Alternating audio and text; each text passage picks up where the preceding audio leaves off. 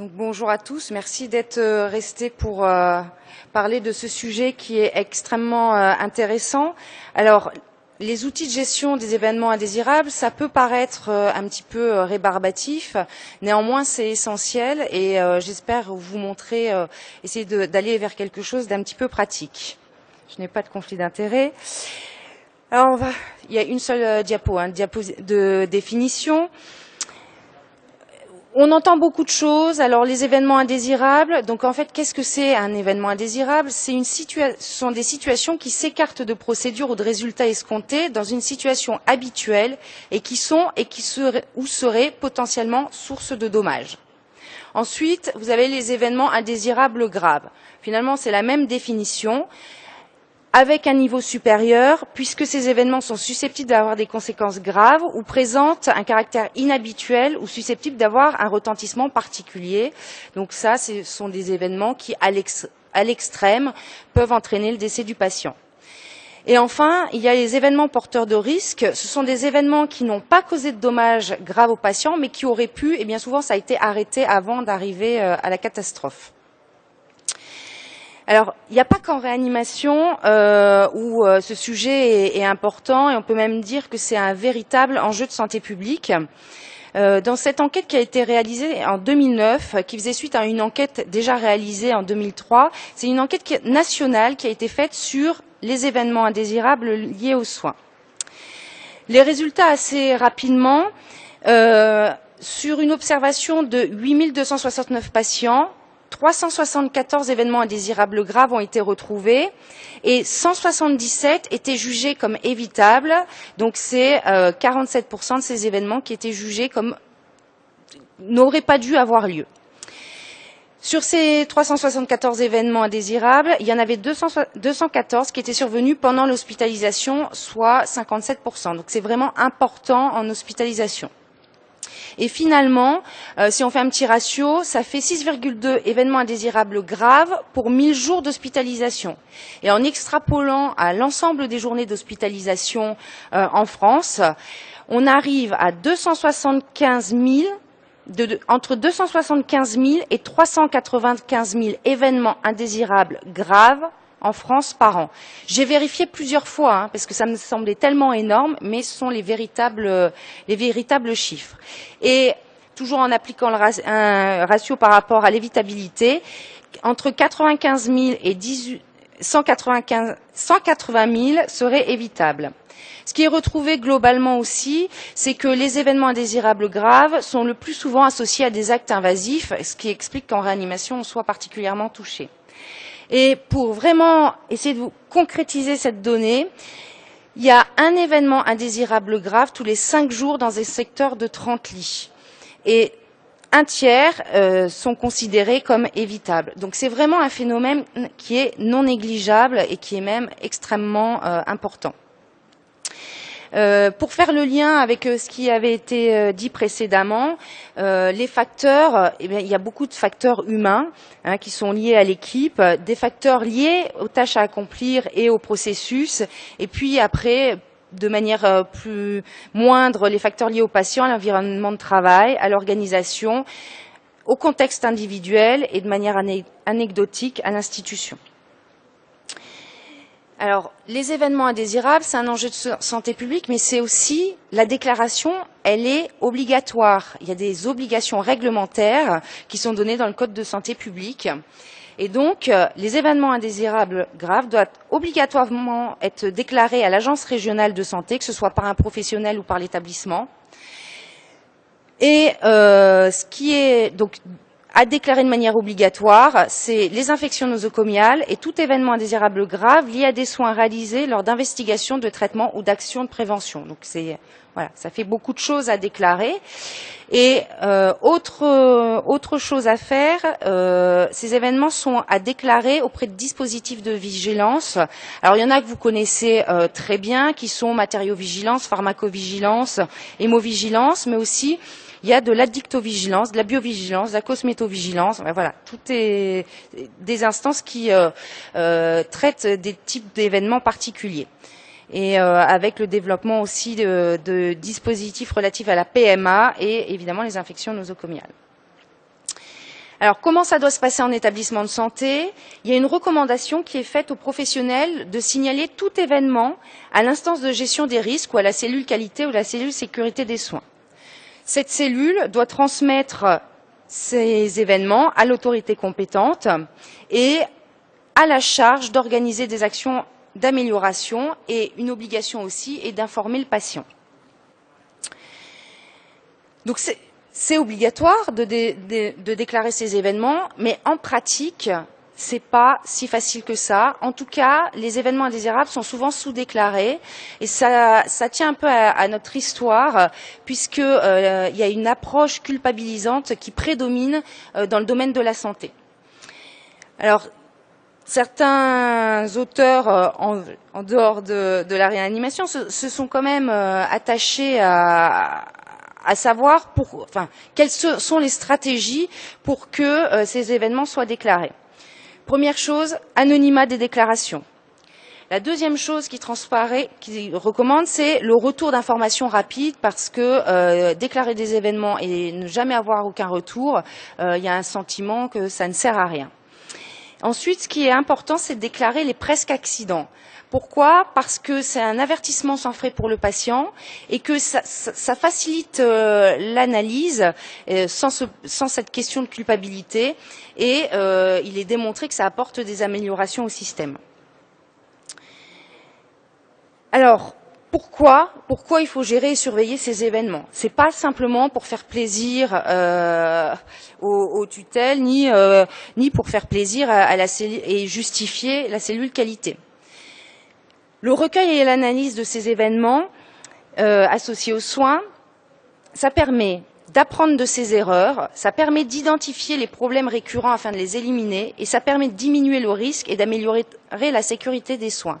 Et là, ce que je viens de vous dire, c'est extrêmement détaillé, bien détaillé par l'OMS, qui a très récemment sorti un guide pédagogique à destination notamment des étudiants infirmiers pour la sécurité des patients, en expliquant tout ce concept. Pourquoi faire une analyse de ces événements? Eh bien, ça permet de rechercher le type d'erreur. Alors, il y a des erreurs qui sont des types différents, et de déterminer de quel type d'erreur il s'agit. Ça permet d'orienter l'action correctrice, qui est quand même la finalité des déclarations. Alors, pourquoi aussi analyser ces événements? Autre élément de réponse, c'est que ça permet d'identifier les situations à risque, et elles sont très bien décrites. Les situations qui sont à risque sont le manque d'expérience du soignant, le manque de temps, des vérifications qui sont inappropriées, des procédures défectueuses ou une information inadéquate. Et de connaître ces éléments, ça permet de limiter ces situations, et quand on ne peut pas faire autrement, d'être particulièrement vigilant quand ces situations se présentent. Alors, il y a différentes méthodes d'analyse des événements indésirables. On n'analyse pas de la même manière tous les éléments. D'abord, il y a les éléments qui sont liés à des complications évitables, type auto-extubation. Ce sont des complications qui sont fréquentes et qui sont donc accessibles à une démarche épidémiologique. On l'a très bien vu dans les travaux qui ont été présentés précédemment. Pour pouvoir réduire ces événements, il est préconisé de faire des démarches d'amélioration continue de la qualité, de type recommandation, évaluation des pratiques professionnelles, et ça permet aussi de faire des comparaisons, que ce soit au niveau national, régional, et se comparer aux autres, ça motive pour limiter ces événements. Deuxième type d'événement indésirable, donc événements qui ne devraient jamais arriver, ou autrement dit, qui n'arrivent qu'aux autres. Exemple, le patient qui part au scanner, qui fait un arrêt cardiaque dans l'ascenseur, et l'ascenseur tombe en panne. On dit ça n'arrive qu'aux autres, sauf que parfois ça arrive. Donc ce sont des complications qui sont rares mais spectaculaires, et qui sont souvent dramatiques pour le patient en termes de pronostic, pour le professionnel, notamment pour son vécu, et pour l'image des établissements de santé. Alors c'est une liste infinie, puisque ça n'arrive que chez les autres. On sait pas finalement, on n'a pas on peut imaginer tout et n'importe quoi. C'est pas analysable sur le plan épidémiologique et c'est souvent révélateur d'une faiblesse sous-jacente de la culture sécurité.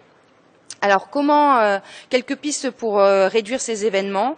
Ce sont des analyses d'événements porteurs de risques, des RMM, des démarches préventives de type audit et bonnes pratiques. Donc, voilà, on a essayé de se débrouiller pour que ça n'arrive pas. Malheureusement, on a un événement indésirable. Et comment l'analyser? Alors, il y a plusieurs méthodes. J'en ai choisi une arbitrairement parce que je la trouvais assez simple, puisqu'en fait, c'est une liste de questions qu'il faut se poser. Alors, ce modèle a été fait par le département des anciens combattants américains. Quelles questions doit-on se poser? Que s'est-il passé? Qui était impliqué? Quand est-ce arrivé? Où est-ce arrivé? Quel était le degré de gravité du dommage réel ou potentiel? Quelle est la probabilité de récidive? Et quelles ont été les conséquences? Donc, vous voyez, il n'y a pas besoin d'avoir une formation incroyable pour pouvoir se poser ces questions-là. Et donc, ce modèle est axé sur le système et non sur l'individu. On ne va pas chercher un coupable, on va chercher comment est arrivé l'événement. Et donc, le but, c'est une prévention et non une culpabilisation ou une sanction à la suite de cette analyse. Alors, si vous voulez en savoir un petit peu plus, j'ai pas le temps de les détailler, mais il y a différentes méthodes qui sont très bien décrites dans un manuel de la Haute Autorité de Santé, avec des fiches pratiques. Et donc, peut-être vous en avez entendu parler, la méthode alarme, l'analyse d'un événement par arbre des causes, ça revient à ce que je viens de vous présenter juste avant, l'analyse de processus et de ses points critiques, ou l'analyse des modes de défaillance et de leurs effets.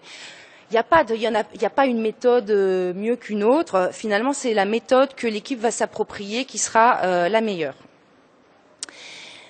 Alors, pour vous illustrer un petit peu l'analyse des événements indésirables, je ne vais pas trop rentrer dans le détail, mais je voulais vous montrer ça puisque c'est tout à fait disponible sur le site de la Haute Autorité de Santé, où il y a des fiches qui expliquent des analyses d'événements qui sont produits dans la vraie vie et qui montre tout le processus. Là, c'était une erreur d'administration en chirurgie pédiatrique où l'infirmière en fait a pris un solité de perfusion et à un moment s'est rendu compte par la surveillance qu'elle réalisait que elle s'était trompée de produit. Je vous rassure, il n'y a pas eu de dommages pour ce petit garçon. En tout cas, ils ont fait une analyse des causes et les causes, c'était la cause immédiate de cet événement, c'était une erreur d'administration et qui finalement est assimilée à une erreur de routine puisque l'infirmière, elle va prendre plusieurs fois par jour ce produit. Et donc ensuite, ils ont fait une analyse des barrières. Alors qu'est-ce que sont les barrières? C'est ce qui Alors il y a les barrières qui ont arrêté l'événement, donc qui ont fait que l'infirmière s'est rendue compte de son erreur. Donc ce qui lui a permis de se rendre compte, c'est la surveillance qu'elle a fait auprès de son patient, et puis la compréhension des signes d'alerte du patient qui cliniquement manifestait l'erreur. Et puis les barrières qui n'ont pas fonctionné, l'absence de contrôle ultime avant l'administration du médicament, le respect des bonnes pratiques de prescription, parce que la prescription avait été faite par téléphone, un problème sur la politique d'achat et d'approvisionnement, et le non-recours à des supports d'aide à la décision. Et donc, qu'est-ce qu'ils ont identifié comme action? Qu'il y avait eu un problème de livraison, donc ils ont revu leur circuit de livraison, et ils avaient eu un gros problème de rangement dans leur armoire à pharmacie, et donc ils ont revu totalement leur rangement. Donc ça débouche sur des véritables actions concrètes.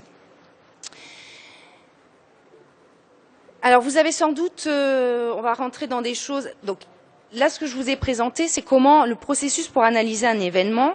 Ça rentre dans un cadre. On ne fait pas une analyse d'un événement indésirable tout seul dans son bureau ou au café. Il existe. Donc vous avez sûrement entendu parler des retours d'expérience en santé.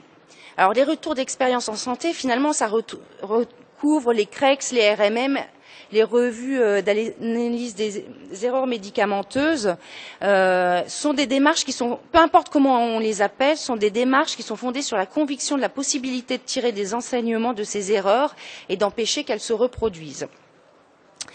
Et quel que soit le type de démarche qu'on choisit, il y a 4 étapes qui sont indispensables. C'est connaître, comprendre, agir et partager. Quelle que soit la méthode, on passe toujours par ces 4 étapes.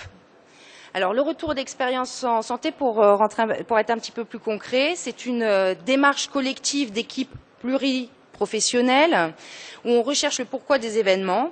On prend en compte les organisations et les facteurs humains et c'est une interrogation en équipe, j'insiste bien, ça se fait en équipe sur les pratiques et l'objectif c'est de prendre conscience du risque pour justement mieux le maîtriser.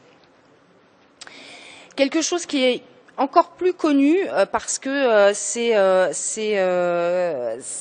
un outil qui a été développé il y a déjà plusieurs années, mais qui est obligatoire en réanimation depuis la V2010 de la certification, c'est la revue de mortalité et de morbidité.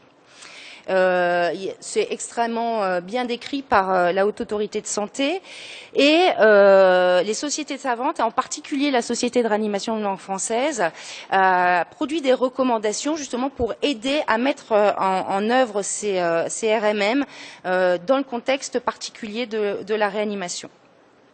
Alors, qu'est-ce qu'une RMM? C'est une analyse collective, rétrospective et systémique. Donc, systémique, ça veut dire globale, des cas marqués par la survenue d'un décès, d'une complication ou d'un événement qui aurait pu causer un dommage à un patient. L'objectif, c'est de mettre en œuvre des actions d'amélioration et c'est vraiment une analyse, une construction, j'insiste, encore une fois, collective. Ce que n'est pas la RMM, ce n'est pas un débriefing. Le débriefing, à mon avis, est essentiel, mais c'est pas ça. C'est un cadre quand même qui est formalisé. Ce n'est pas un tribunal et on ne recherche pas un coupable. Ce n'est pas non plus une expertise médico-légale et c'est certainement pas une décision d'optiothérapeutique pour un patient ou une analyse de ce qui aurait dû être fait. Encore un petit peu plus pratique. Donc, on choisit un cas. N'importe qui dans une équipe peut proposer un cas en RMM. Il est recommandé que dans les services, il y ait un responsable RMM identifié et souvent on dit que ça doit être le chef de service ou un senior qui peut avoir du recul sur les événements analysés. Le responsable de la RMM va choisir quelqu'un qui présentera le dossier. On va lui laisser un temps de préparation. Et donc, quand on fait la RMM, il est obligatoire que tous les médecins y participent, y compris les étudiants en médecine, et la présence des paramédicaux est souhaitable.